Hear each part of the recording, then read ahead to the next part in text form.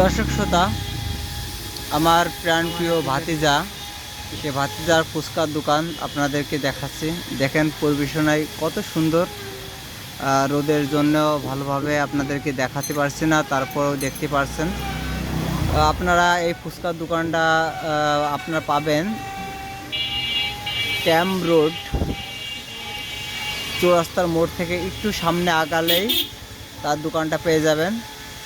আমি সবাইকে বিনীত অনুরোধ করব, একবার হলেও তার দোকানে আসুন।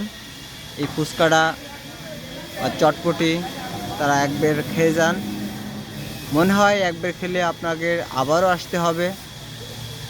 লোকেশনটা আপনারা দেখতেই পাচ্ছেন, এই চৌরাস্তার মোড় থেকে সরাসরি এ পর্যন্ত চলে আসবেন।